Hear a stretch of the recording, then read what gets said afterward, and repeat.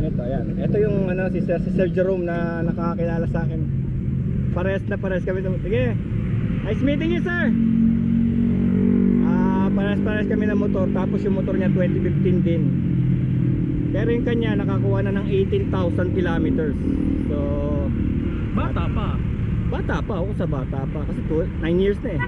Ingat sir, ingat po. Ingat, ride safe. O, kita nyo, kulay itim din parehas. Kaya pagdating niya, nakilala niya na kaagad ako. Kasi ko alam niya, konti lang ang konti lang ang ganyang model eh. Kita mo, pag tumitingin ka sakali ngayon, wala ka rin makita ang ganyang model. Bira. Hindi nagagawa ng ito, one of a kind.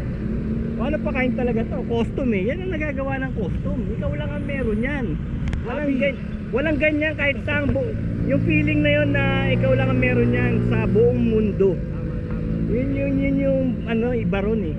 Kahit na ano pang motor mo, kahit na gaano pa kamahal yung motor ng iba yung sa'yo, original, ikaw lang, one of a kind. Okay, gagawin natin, mabalik tayo doon. Nakita lang kami sa cellphone sa buso eh. Papunta pa lang ako, pabalik na siya eh. Pauwi na. Pero yun naman talaga ginagawa ko rito, nangahanting lang ako ng mga kilala. Siyempre matagal na rin tayong rider eh. Okay, peace out.